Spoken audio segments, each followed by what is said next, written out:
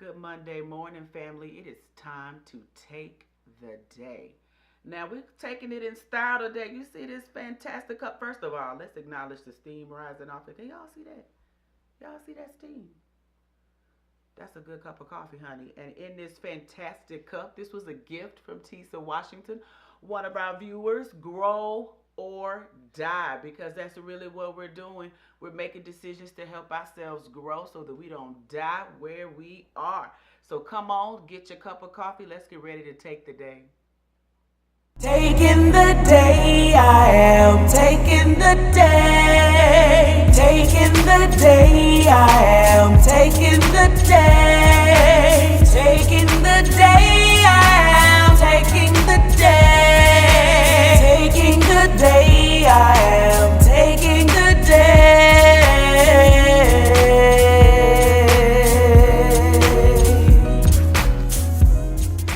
It's all leading to the same path. There are no wrong paths. There are none. There's no such thing as failure, really, because failure is just that thing trying to move you in another direction. So you get as much from your losses as you do from your victories, because the losses are there to wake you up. The losses are to say, fool, that is why you go to school. So that CBS can call you. So when you understand that, you don't allow yourself to be completely thrown by a grade or by a circumstance, because your life is bigger than any one experience. All right, y'all. Did y'all hear what Oprah said? Now just go ahead and roll your eyes real good, because I hear her when she says that. But honestly, I do kind of roll my eyes just a little bit, because this is such an evolved, enlightened place that she's in. And quite frankly, I'm not always in that place. I mean, there are some areas where I can get there and I can fail forward and all those kinds of buzzwords. But the truth is, probably 70% of the time, I'm in my little ego, as she calls it, your little ego mind. I'm kind of there. So failure feels like failure. That's what it feels like. It doesn't feel all nice, and it doesn't feel like some enlightening moment in the moment of empowerment. It doesn't feel like any of that. It feels like I just busted my behind on this one, and I'm hurt. It's a man down kind of situation. So that's what it feels like. So to jump right in, because I like to get right to it. The first thing I want to ask you is, what's your definition of failure? Y'all, we all have our own definitions, just like we all have our own definition of success and what success looks like for us. We also all have our own definition of failure and what it means to us. So for some people, failure is shame. It's embarrassing. Now people gotta know I tried to do this and I failed at it. People have to know I got married and my marriage didn't work and whatever. People know that I got this job and I lost the job, or I started a business and the business folded. Like, whatever your definition of failure is, it's embarrassment associated with it. For some other people, failure is and I've lost the word. Failure is unworthiness and inadequacy. It's all of those kinds of feelings. It's your ego is wrapped up in it. We're prideful. We want to feel good about ourselves. And failure can make us feel like we aren't worthy or we're not good enough, and maybe we shouldn't try to do certain things. And then for some of us, failure is painful.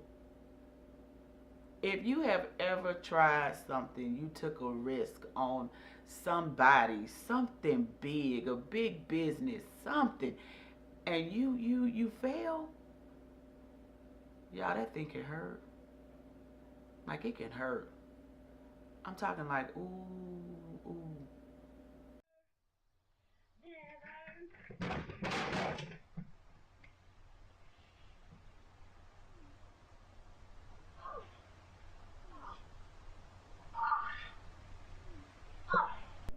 That thing can hurt, y'all. It really, y'all, it hurt. Take your breath, hurt. It's just, it hurts. Failure can do that to you. But it's okay. Because the answer to that is understanding what you need to be okay. What do I need to heal? If I try this and I fail, what do I need to heal? Because see, look, Failure is natural. Think about a baby. When a baby starts to learn to walk, just to stand, they fall 200 times. Minimum. I have raised 2 sons. I'm telling you, y'all, they fall all day. I mean, when they're trying to learn, they fall, and you know what? They laugh when they fall until they have a big fall. Then when they have a really big fall, then they start crying. Somebody pick me up. Somebody dust me off. Somebody give me a cookie. Ease the pain. I need to self-soothe. Give me my thumb. Something.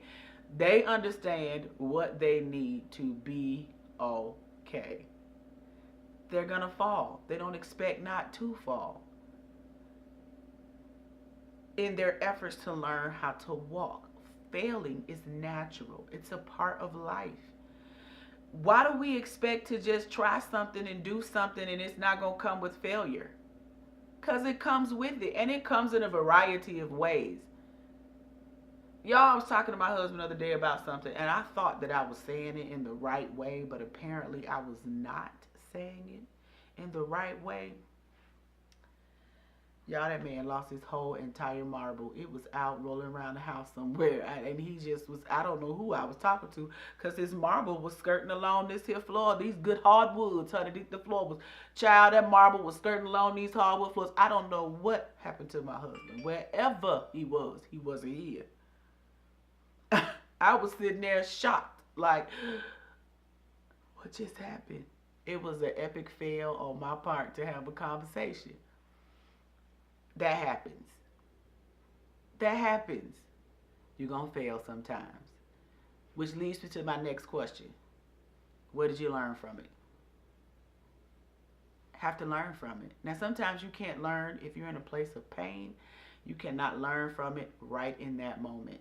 Or you might be able to. I can't learn in a place of pain. The pain going to have to subside a little bit. You know, or even if I learn it, I have to keep rehearsing the lesson.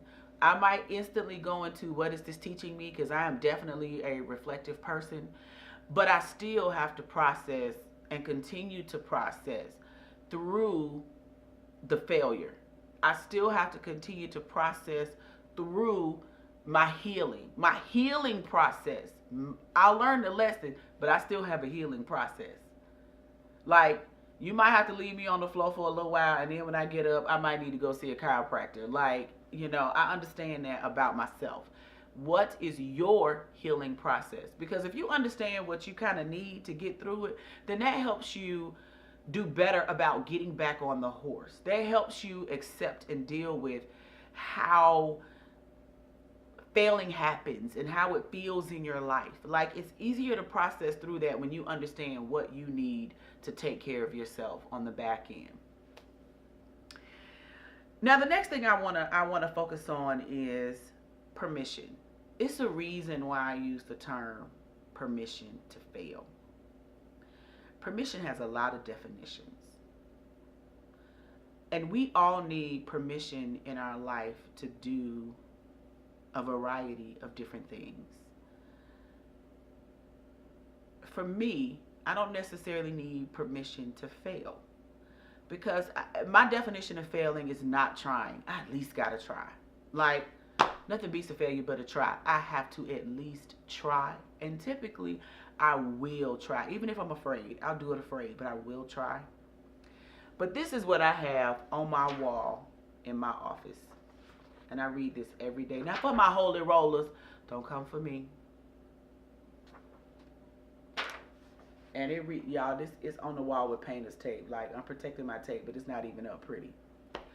You have permission, key word, permission to be great. Be effing awesome.